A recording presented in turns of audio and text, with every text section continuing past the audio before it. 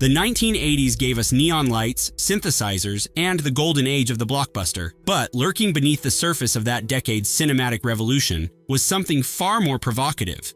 Films so controversial that governments didn't just criticize them, they erased them. This isn't a list of movies that made critics uncomfortable. These are films that were seized by authorities, condemned by religious leaders, and in some cases, ripped from private homes by police. One documentary was so threatening that anyone who showed it had to register with the FBI. Another film was directed entirely from inside a prison cell. And one production was so chaotic that its own director, writer, and stars all demanded their names be removed. From papal condemnations to theatrical firebombings, these 10 films pushed the boundaries of what cinema was allowed to say. And the powers that be pushed back hard. You won't believe number 3. Mother's Day wasn't just another low-budget horror film from the early 80s.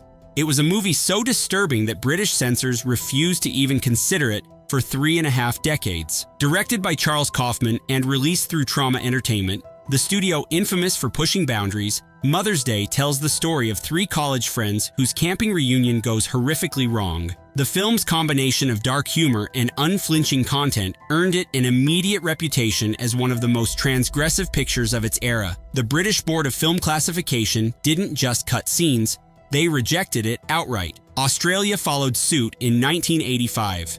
In the UK, that ban held for an extraordinary 35 years, making it one of the longest prohibited horror films in British history. It wasn't until February 2015 that 88 films finally released it for British audiences. Roger Ebert famously awarded it 0 stars, yet the film became a genuine cult phenomenon. Director Charles Kaufman eventually left filmmaking entirely to become a baker.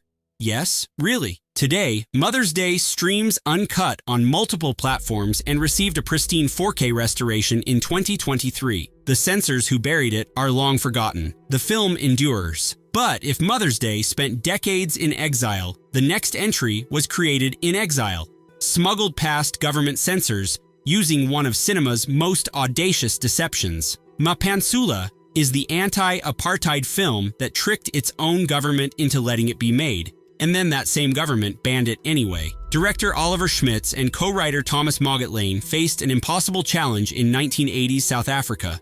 They wanted to make a film critiquing the apartheid regime from a black South African perspective. The problem was that every script had to be approved by government censors. Their solution was brilliant. They submitted a fake script describing an ordinary gangster thriller. When censors visited the set, the crew filmed the approved scenes. The moment the censors left, they shot the actual political content. Schmitz later described it as a Trojan horse of a film. Mapantsula screened publicly in South Africa exactly once before the regime banned it for communist content. Here's where the irony becomes absurd. Despite being forbidden in its home country, it was selected for Cannes and chosen as South Africa's official Oscar submission, a country's own Academy Award entry, banned by its own government. In 2023, a stunning 4K restoration premiered at Berlin, and the film finally screened in South African cinemas for the first time in 35 years. And yet, compared to our next entry, Mapantsula got off easy. The next film didn't just face censorship. The United States government officially labeled it propaganda. If You Love This Planet is a 26-minute Canadian documentary that won an Academy Award and was simultaneously designated foreign political propaganda by the United States Department of Justice. Directed by Terry Nash for the National Film Board of Canada, the film features physician Helen Caldicott delivering a lecture on the medical consequences of nuclear conflict. The budget was roughly 70,000 Canadian dollars. On January 13, 1983, the Justice Department invoked the Foreign Agents Registration Act. Anyone planning to show the documentary was required to register with the FBI. Distributors had to report purchasers' names to federal authorities. The designation backfired spectacularly. When If You Love This Planet won the Academy Award for Best Documentary Short just weeks later, Terry Nash delivered one of the ceremony's all-time great lines. "Well, you really know how to show a foreign agent a good time." The case eventually reached the Supreme Court, where justices upheld the government's labeling power 5-3. But if that story seems surreal, the next film on our list makes it look almost ordinary. Because the next entry was directed entirely from inside a prison cell. Yol shared the Palme d'Or at the 1982 Cannes Film Festival. Its director couldn't attend the ceremony. Yilmaz Güney was serving time in a Turkish prison when he wrote the screenplay, and he escaped the country just to finish editing. Güney was already a legendary figure in Turkish cinema, an actor-turned-director whose political activism repeatedly landed him behind bars. While incarcerated, he wrote detailed shot-by-shot directing notes and smuggled them to assistant Serif Goran, who filmed the entire production according to Güney's vision. After photography wrapped, Güney escaped prison, fled to Switzerland with the negatives, and completed the final cut in Paris. The film follows 5 prisoners on temporary leave, navigating a Turkey that functions as a larger prison under military rule. The government objected to its portrayal of the 1980 coup and its depictions of Kurdish language and culture. Turkey banned Yol immediately. That ban lasted 17 years.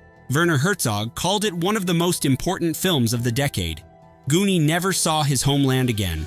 He was granted asylum in France, but succumbed to illness in Paris in 1984 at age 47. And yet, the next entry drew condemnation from an even higher authority, not a military dictatorship, the Vatican itself. Hail Mary was publicly condemned by Pope John Paul II. He led prayers on Vatican radio to repair the insult to the holiest Virgin Mary. He had never actually watched the film. Jean-Luc Godard's reimagining of the virgin birth transposes the story to modern-day Switzerland with Mary as a gas station attendant's daughter. Godard financed the roughly $600,000 production himself after major studios refused involvement. The backlash was immediate and international. Argentina and Brazil banned the film outright. Columbia Pictures dropped U.S. distribution entirely. In Chicago, police discovered an explosive device at a theater planning to show it. In Minneapolis, a theater was burglarized and the print hidden. In Versailles, demonstrators broke into a cinema and physically sliced the film reels. A Washington Post investigation revealed that some American protests were organized by a far-right organization that had been implicated in a plot targeting the Pope himself, the same Pope who condemned the film. At the New York Film Festival, Godard delivered his legendary response. "The Pope was my press agent." Critic David Denby called it one of the most radiant and tenderly religious movies ever made. But if religious authorities condemned Hail Mary without seeing it, the next film was condemned after authorities saw only a single scene, and then they sent police to private homes. The Tin Drum won the Academy Award for Best Foreign Film and shared the Palme d'Or with Apocalypse Now. 18 years later, Oklahoma police confiscated copies from video stores, libraries, and private citizens' homes. Volker Schlondorff's adaptation of Günter Grass's acclaimed novel follows Oscar, a young boy in 1930s Danzig, who refuses to grow as a protest against the rise of fascism. The film was a critical and commercial triumph, becoming one of the highest-grossing German films of the decade. In 1997, a group called Oklahomans for Children and Families brought the film to authorities. District Court Judge Richard Freeman, who reportedly viewed only a single scene, declared the Tin Drum obscene. Police confiscated copies without warrants. Anyone who possessed a videotape faced up to 20 years in prison. Federal Judge Ralph Thompson eventually overturned the ruling, declaring the seizures unconstitutional. The ironic aftermath was that the Tin Drum became the most rented foreign film in Oklahoma video stores. The Criterion Collection DVD includes a documentary about the controversy titled Banned in Oklahoma, but that was just a temporary suppression. The next entry vanished from the American market for over 2 decades. Missing won the Palme d'Or and the Academy Award for Best Adapted Screenplay. Then a lawsuit made it nearly impossible to find in the United States for 20 years. Directed by Costa Gavras and starring Jack Lemmon and Sissy Spacek, Missing tells the true story of American journalist Charles Horman, who disappeared during the 1973 Chilean coup. The film directly implicates U.S. officials in the cover-up.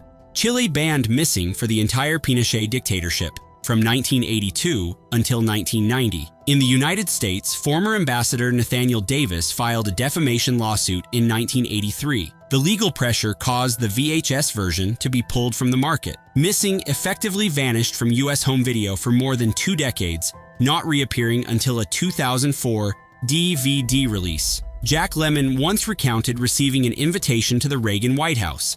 The president mentioned he had seen an advanced screening.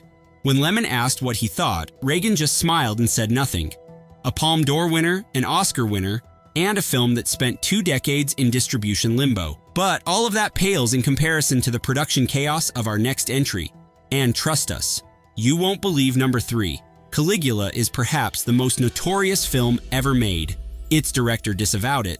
Its screenwriter sued to have his name removed. Its stars were horrified by the finished product. And after all that, it was seized by authorities on 3 continents. Gore Vidal was paid $200,000 to write a screenplay about the infamous Roman emperor. Bob Guccione, founder of Penthouse magazine, financed the production. When Malcolm McDowell asked why a pornographer was backing the film, Vidal quipped, "Malcolm, just think of him as one of Warner Brothers." The production descended into chaos. Guccione fired director Tinto Brass before editing and hired someone else to shoot additional explicit scenes without the consent of the principal cast. Both Vidal and Brass sued to have their names removed.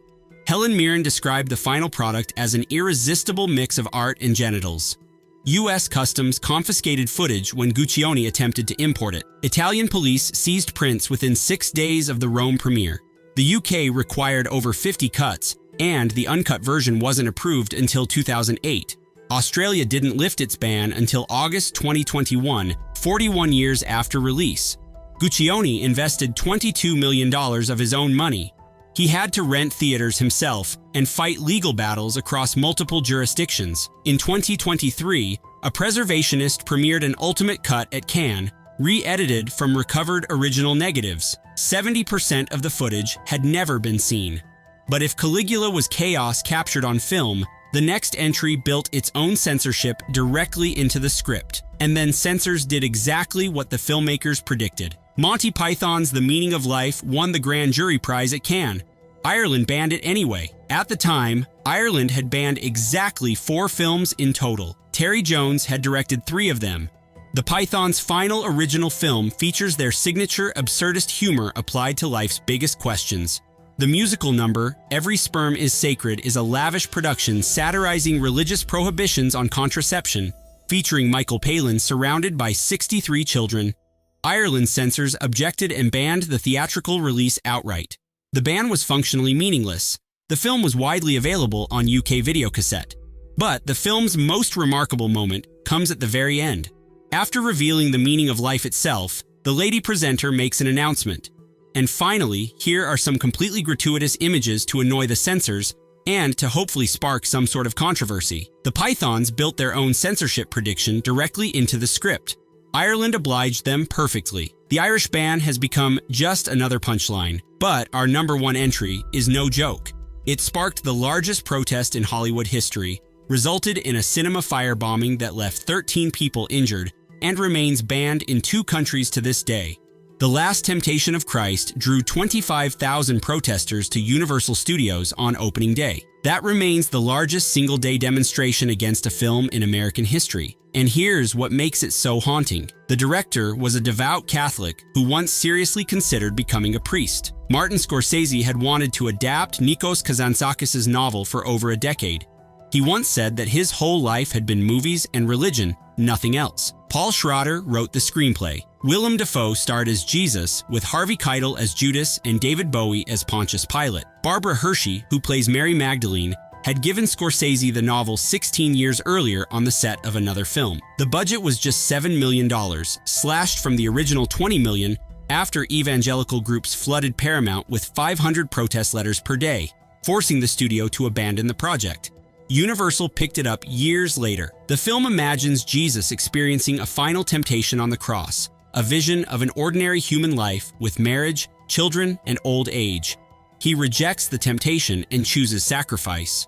The film ends with Jesus triumphantly crying out, "It is accomplished." Yet protesters condemned it as blasphemy without ever watching it. The Archbishop of Los Angeles issued condemnations without viewing it. Franco Zeffirelli called it truly horrible and completely deranged, also without watching it. At least 11 countries banned The Last Temptation of Christ outright. Israel, Greece, Mexico, Chile, Argentina, Turkey, India, Singapore, and the Philippines still ban it today, more than 35 years later. In Singapore, Kazantzakis' source novel, which had been sold in bookstores for 3 decades, was retroactively pulled from shelves. Evangelist Bill Bright publicly offered $10 million to purchase and destroy every print. more than the film's entire budget. Universal refused on First Amendment grounds. On October 22, 1988, an extremist group planted an incendiary device at the Saint Michel Cinema in Paris during a screening. 13 people were injured, 4 severely burned. The cinema didn't reopen for 3 years. Roger Ebert gave it 4 stars. "The film has offended those whose ideas about God and man it does not reflect," he wrote, "but then, so did Jesus." Willem Dafoe later reflected that in a world of slasher films, people got upset about a movie that simply considered the character of Jesus in a different way. Scorsese received an Oscar nomination for Best Director. Peter Gabriel's score won a Grammy. The Criterion Collection keeps it in print. The protesters have long since dispersed. The bans in Singapore and the Philippines remain. A devout man made a film about faith. Authorities called it blasphemy. History called it a masterpiece. 10 films, 10 battles against censorship that stretched across decades and continents. Some were condemned by governments. Some were condemned by religious leaders. Others were simply erased, seized from shelves and private homes by authorities who saw danger in a reel of celluloid. What united them wasn't content. It was ambition. Each of these films dared to say something that powerful institutions didn't want audiences to hear. A critique of military dictatorships, a satire of religious doctrine, a humanizing portrait of a sacred figure, a warning about nuclear annihilation, a story of resistance against apartheid smuggled past the very censors meant to stop it. The censors believed they were protecting the public. History suggests they were terrified of it. In nearly every case, the controversy only amplified the film's cultural impact. The Tin Drum became Oklahoma's most rented foreign film. If You Love This Planet won an Oscar weeks after being labeled propaganda. The Last Temptation of Christ earned a Best Director nomination despite the largest protest in Hollywood history. Were these films dangerous provocations, or were they simply ahead of their time? How many of these banned films have you actually seen? Which one shocked you the most? Drop your answers in the comments.